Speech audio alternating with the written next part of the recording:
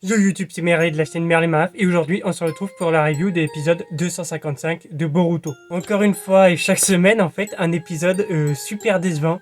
Ça devient de plus en plus décevant Boruto. On va attendre quand même, j'espère que le prochain arc sera meilleur parce que là ça commence à waouh. Oh Studio Pierrot, laissez-nous bouffer bande de rats, sans déconner quoi. Surtout que le prochain épisode a l'air d'être un épisode de transition. Donc ouais, je pense pas que j'ai kiffé aussi. Et bah qu'est-ce qui se passe dans cet épisode? Et bah il se passe à peu près tout ce qu'on pouvait s'y attendre en fait, hein. Mais l'animé ne le fait pas de la bonne manière je trouve. Bon alors l'épisode commence sur l'équipe 7 qui fait son rapport à Naruto. Naruto dit voilà c'est très bien. Apparemment Boruto monte en côte ainsi que Konoha. Bon pourquoi pas hein. D'ailleurs Katasuke ça me tue, il en avait rien à faire du conflit. Juste lui ce qui l'intéressait c'était Konoha quoi. Bref sinon Boruto et Kawaki vont s'engueuler comme toujours tu me diras. Et après, Boruto va parler un petit peu avec Naruto. Boruto lui explique ce qu'il a fait, ce qu'il a essayé de faire, etc. Et Naruto lui dit ouais moi aussi j'ai essayé la même chose. C'était un peu différent parce que Naruto il ne mettait pas sa vie en jeu, il était pas prêt à mourir. Alors que Boruto lui c'était vraiment mourir pour ça en fait. Donc même si le fond est la même chose, c'est-à-dire encaisser toute la haine du monde Shinobi, et ben sur la forme c'est pas exactement la même manière. Bref Naruto dit à Boruto de se calmer un petit peu et de faire la paix avec Kawaki. Et là on va passer sur Ikada. Ikada est en prison et bien sûr comme Ikada est super gentil et qu'il n'a surtout pas dirigé les troupes ennemies, ce serait con qu'il y reste. Donc bien sûr il va retourner sur le chantier naval à construire des bateaux. Quelle bonne idée. Le problème c'est que je trouve que pour un énorme conflit qui mettait en danger tout le pays de l'eau, ça se termine trop bien. C'est-à-dire que le Mizukage a arrêté tout ce qui posait problème.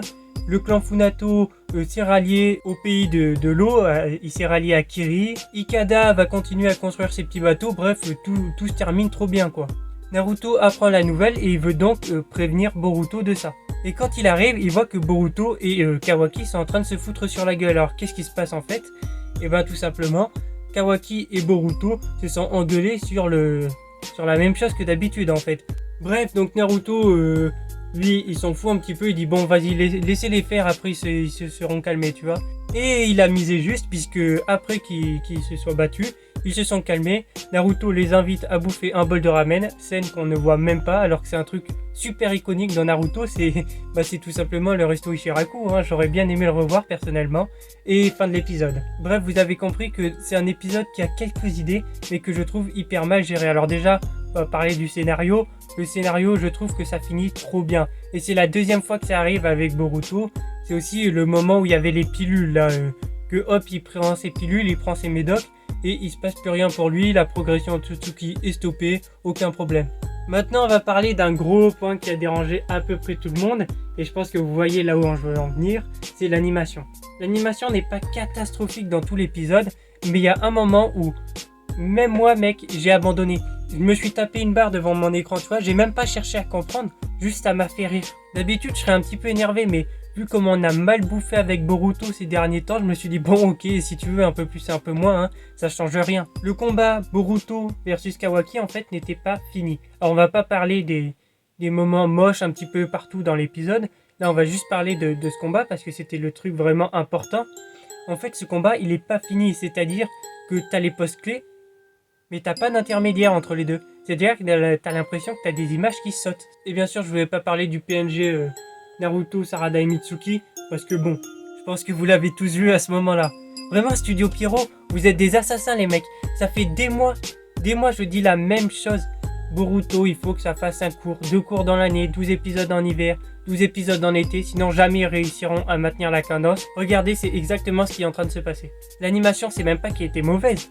L'animation, c'est qu'elle était pas finie. À certains moments, on aurait dit un storyboard. Et pour vous prouver que c'est pas la première fois sur Boruto que ça arrive, là, je peux déjà compter 2 ou 3 épisodes dans mes souvenirs, hein, rien qu'avec mes souvenirs, sur cet arc qui ne sont pas terminés. On a l'épisode de la grosse bataille face à Funamoshi, qui n'était pas terminé. Cet épisode-là, bien sûr, et aussi l'épisode du combat face à Seiren.